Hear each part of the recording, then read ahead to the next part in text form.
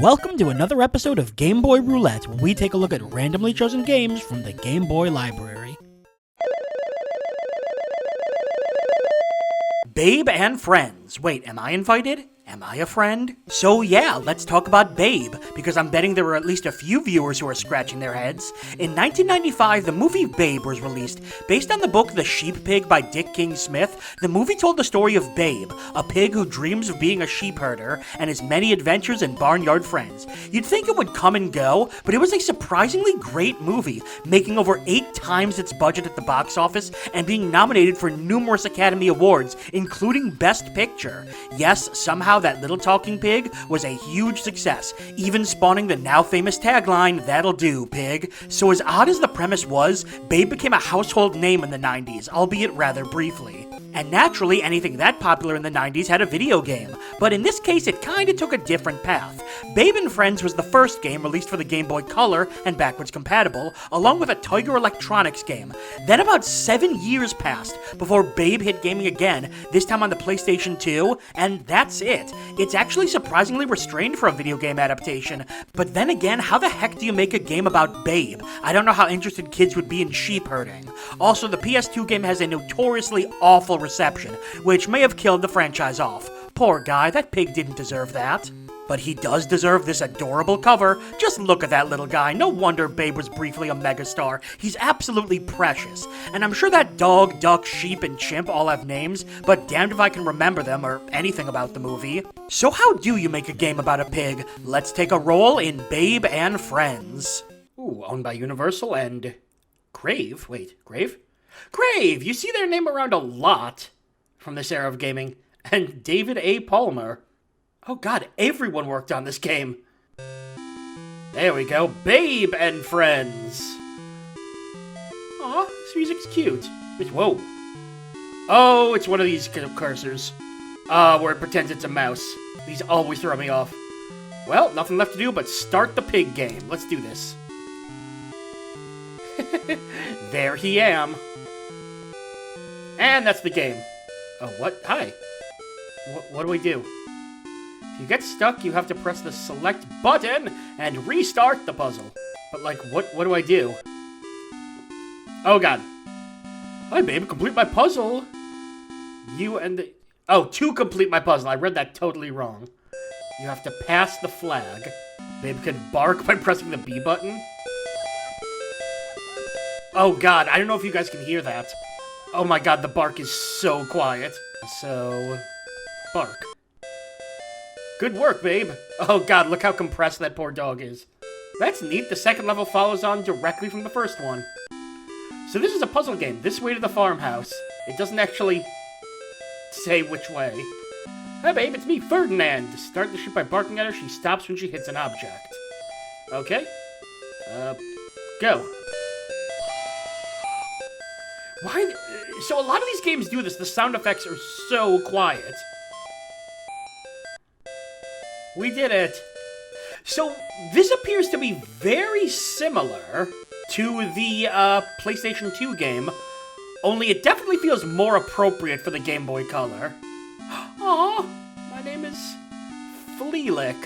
Yeah, it's just a basic puzzle game, but yeah, certainly better than, well, the PS2 version was. PS2 version you'd expect, I don't know, like, realistic sheep functionality. Uh-oh. Did I screw up? Wait. Oh, no, I got this. What are you? What evolutionary cul-de-sac have we discovered? Oh, it's a monkey. That's the opposite of that. Need to find the spinning puzzle key before you can finish this one. The spinning puzzle key? Oh.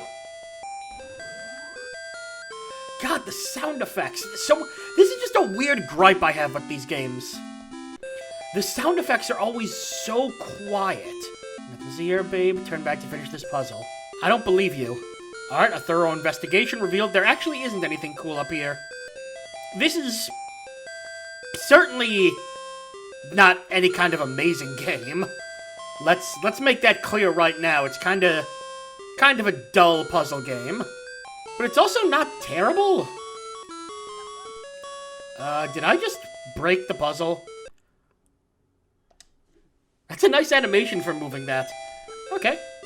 Let's see, restart the puzzle nice and quick. I'm curious, how long is this game? One moment. There are 7 worlds, each of which has a pretty decent size. I can't believe I'm saying this, but yeah, I'm enjoying this game. Again, it's not like the most intensive puzzle game you'll ever play. But just as a basic little adorable game, I'm enjoying it. Ooh, I want that. Aha, now we go up here, around here, bing, bang, bong. Exciting pig-based gameplay.